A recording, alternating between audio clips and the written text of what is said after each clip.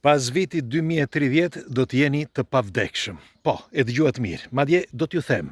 A e dini se është zbuluar që njeriu mund të jetojë sa t'i doj qejfi? Tani dëgjojeni me kujdes.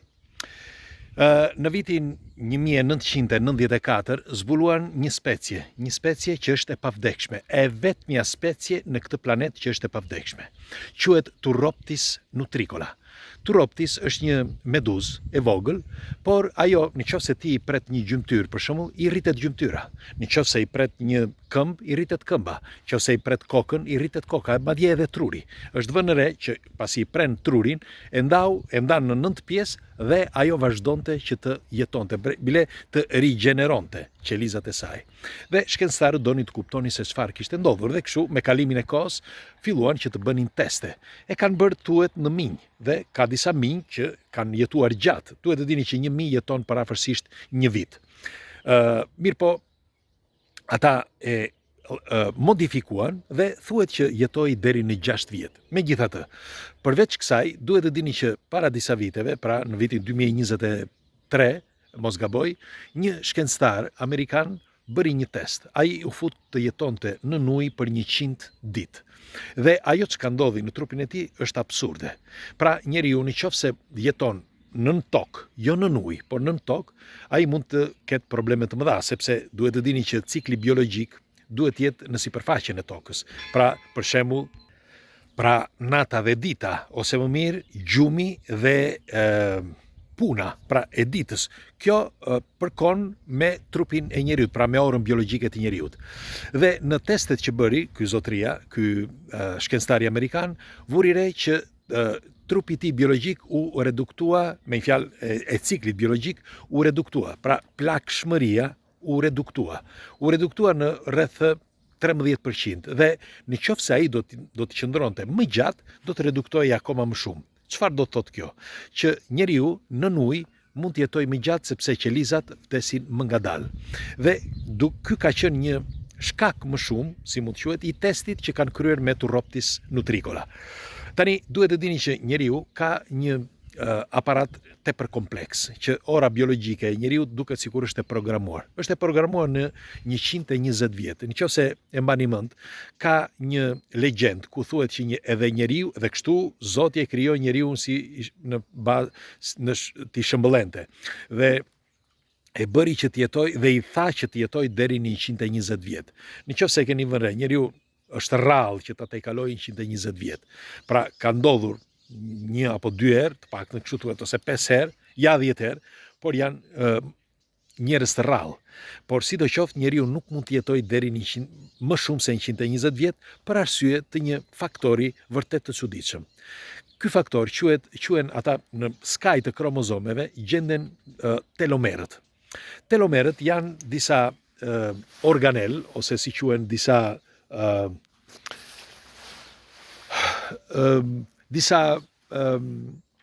aparate, mund të quhen kështu, që rregullojnë ose ndërtojnë kromozomet, në skaj të kromozomeve.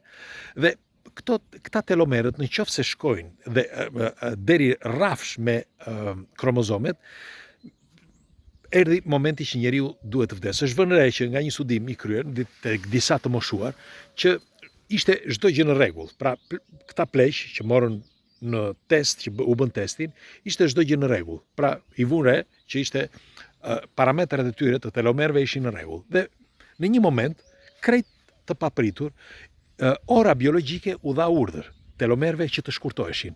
Nga momenti që filluan dhe shkurtoheshin, shikoni që ai po psonte, pra i moshuari po psonte një kolaps. Deri kur ato u rrafshuan totalisht dhe ai vdiq. Ose këta testet që bën vdiqin. Tani ç'do të thotë kjo? Që telomerët janë thelbësor për jetën e njeriut. Sa më të gjatë janë telomerët, aq më shumë jeton njeriu. Por kjo prap nuk është e lidhur me këtë, sepse në një moment të caktuar këta telomerët shkurtohen. Pra ku qëndron sekreti? Për ata që nuk e kanë kuptuar, sekreti qëndron tek ora biologjike, ku sipas gjasave dikush u ka dhënë urdhër, pra qelizave ose orës biologjike, që telomerët të shkurtohen në momentin që i jep urdhër ora biologjike. Tani askush nuk e di se Ku është burimi? Pra burimi I orës biologjike. Disa thonë që është vetë Zoti sepse e ka doja t'ju pyesja ju çfarë mendimi keni. Jeta e njeriut, a është e programuar ose mirë është e shkruar sipas jush?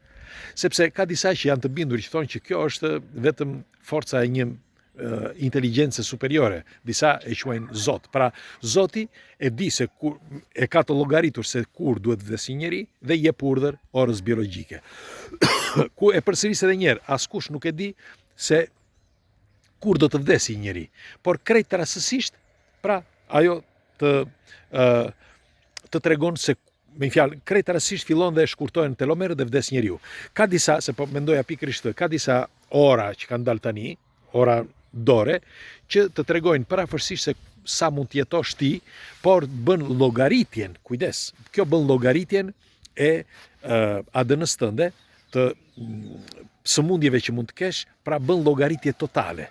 Dhe në këtë llogaritje totale të tregon parafërsisht se kur do të vdesësh, pra sa do të jetosh, sepse janë parametrat ato të një trupi fizik që të tregojnë parafërsisht se kur do vdes, por ti ditën eksakte nuk mund ta gjesh dot kurrë, sepse ky varet nga shumë faktor. Bile do t'ju them, ka disa që pretendonin që kishin probleme të rënda në bazë të llogaritjeve të kësaj ore të shpikur nga njeriu, dhe nuk ka qenë kështu. Ka jetuar më gjatë, ka jetuar edhe 4, 5 apo 7 vite të tjera, dhe askush nuk e di këtë.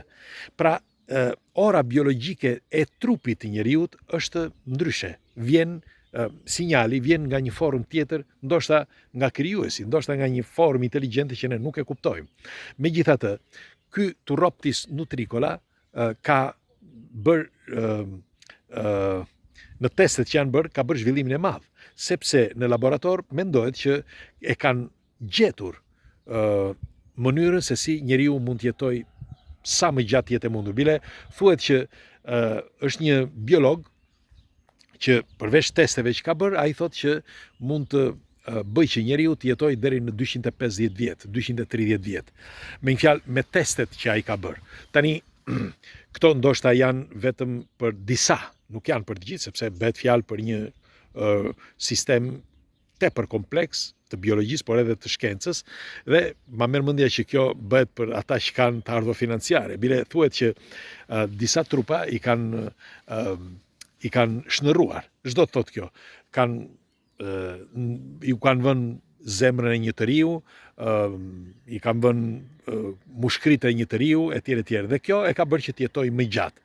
Mirë po, askush deri tani nuk ka informacione të sakta nëse një njeri me të vërtet mund ta kenë modifikuar për të jetuar më shumë se ajo që ne njohim, pra më shumë se 120 vjet.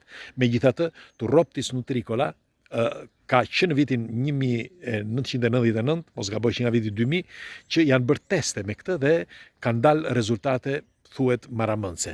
Megjithatë, nuk flitet më kohët e fundit dhe kjo më bën të mendoj që diçka ka. Sepse pse nuk flitet më? U zbulu atëre, u fol atëre, por tani nuk flitet më dhe nuk flitet as për testet. Kjo më bën të mendoj që padyshim nga testet ka dalë diçka më shumë të mëdha për sa i përket jetësisë njeriut që nuk munden ta thonë, sepse nuk është për të gjithë. Por në bazë të inteligjencës artificiale që është krijuar kohët e fundit, në bazë të këtyre informacioneve dhe në bazë të këtyre testeve që janë bërë, unë ju garantoj që kush do të jetojë pas vitit 2000, me fjalë do arri vitin 2030, pas vitit 2030 gjithsekush do të ketë mundësi, me fjalë me anë të teknologjisë, të jetojë sa më gjatë, sepse teknologjia do bëj që të zvendësimin e disa organeve, qoftë edhe artificiale, pra jo vetëm natyrale, por edhe artificiale, sepse për ata që nuk e dini janë krijuar zemra, mushkri, çdo gjë artificiale kohët e fundit dhe janë vetëm teste tani, por merreni me mend, pas vitit 2030 këto do të jenë reale dhe secili mund të jetojë sa ti doj qefi. Për shembull, keni një zemër, një mushkri të dëmtuar, do e zvendësoni me një mushkri të re. Normal që për momentin do jenë çmime maramëndse, por merreni me mend çfarë zhvillimi ka bërë njeriu, sepse për disa mendojnë që këto janë vetëm teori konspirative.